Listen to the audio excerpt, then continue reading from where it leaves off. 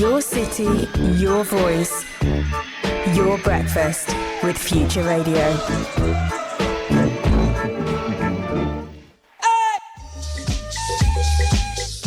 Well, listeners, as I promised just before the news, I am joined in the studio this morning by Stuart Burrell, and he is from Heritage Will Writers, who are the sponsors of the Groove Britain show, which goes out on a Sunday. Lots of 60s fun, and it's a really, really good show. Very good morning to you, Stuart. Good morning. Thank you for having me. Not at all. How are you enjoying the weather? Yeah. It's always nice to have a bank holiday with some sun, isn't it? Isn't it? Yeah. It was an absolutely lovely day yesterday. Now, your company, Heritage Will Writers, Yeah. you provide a service which for most people is something that will pop up very, very rarely in their life to have to consider, which is, of course, the process of writing a will. Yeah. It's an odd sort of profession, isn't it, that you don't meet will writers every day. How did you get into this? The company was started back in 2002.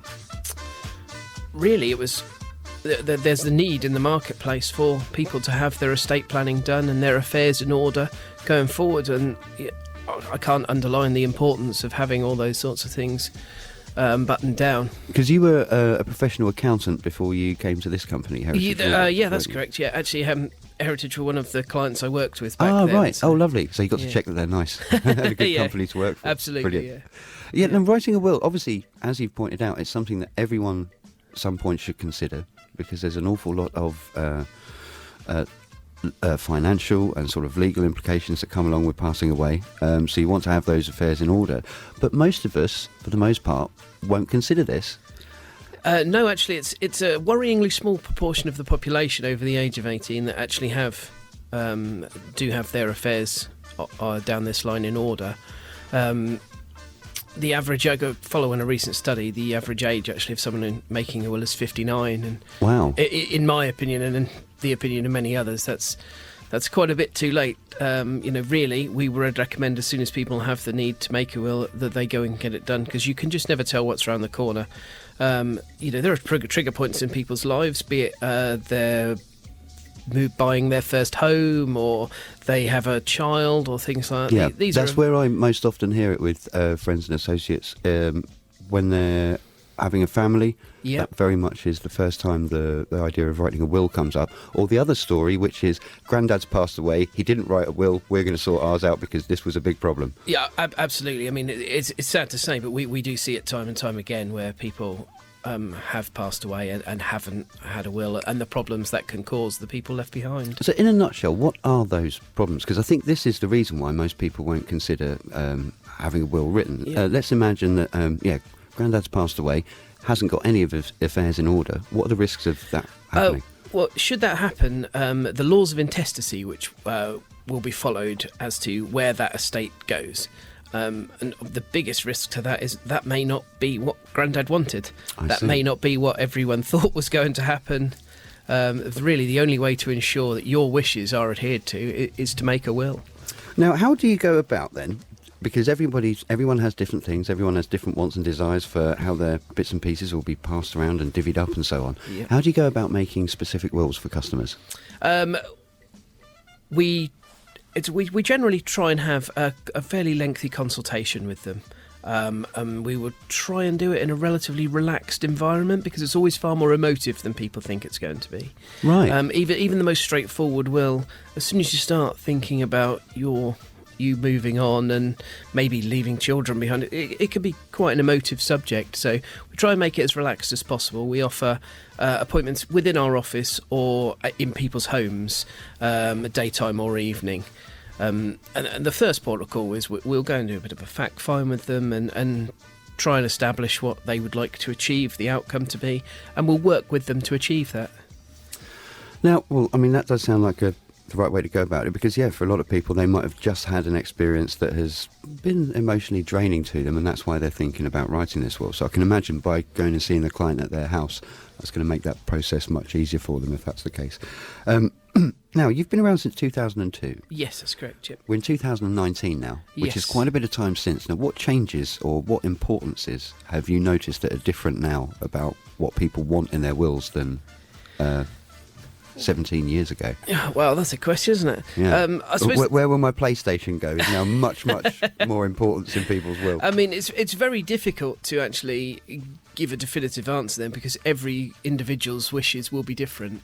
So we try and make sure that the individual's wishes are adhered to regardless of timings and situations and things like that. We'll do our best to assist every client in the best way we can.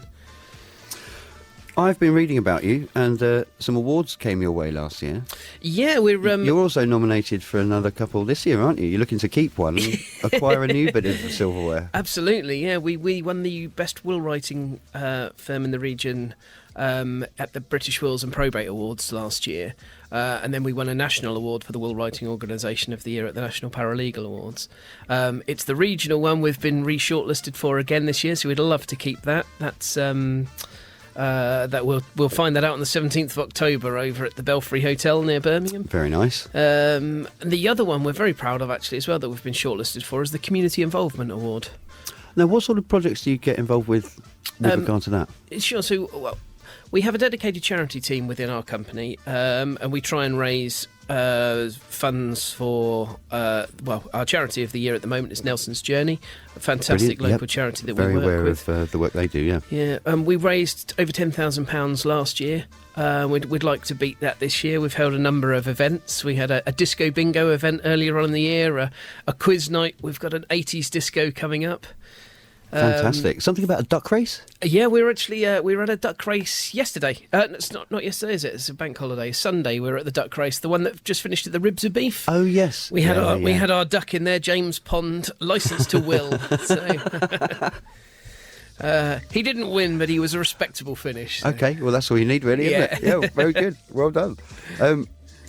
You did say that in 2018 you won the Regional Will Writers of the Year award. Yes, that's right. Yeah. The Will Writing Organisation of the Year, and that was at the National Paralegal Awards. Yes, that's right. I must say, when I first read the word paralegal, I thought of a transparent barrister sort of floating around and spooking everyone out. You can tell I grew up with Ghostbusters, the movie, being important to me.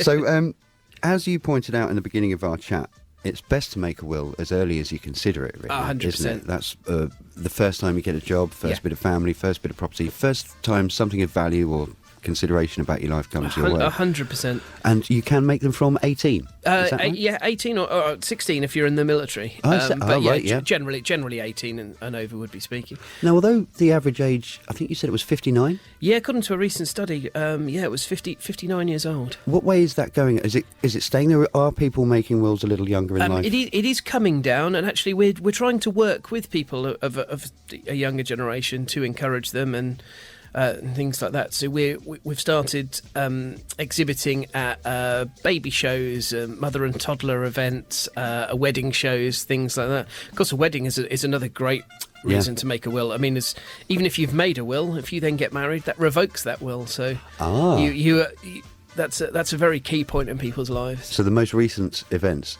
of marriage and will becomes the reference point for what happens to your things. I see. Right, very good.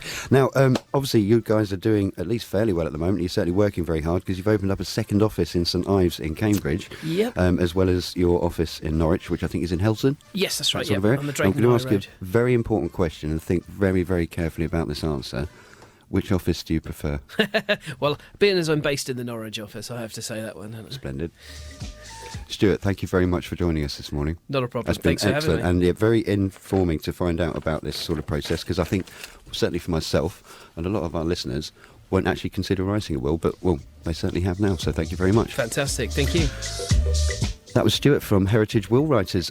We follow them on Twitter, and we've been retweeting a few of their links this morning. If you've got any interest in writing a will, or perhaps you've have friends or relations who you think it's about time, maybe there's an event going on and that they should consider it, please nip along to their website. As I say, I've tweeted out links to them, and have a word with Stuart and his team at Heritage Will Writers. Thank you very much.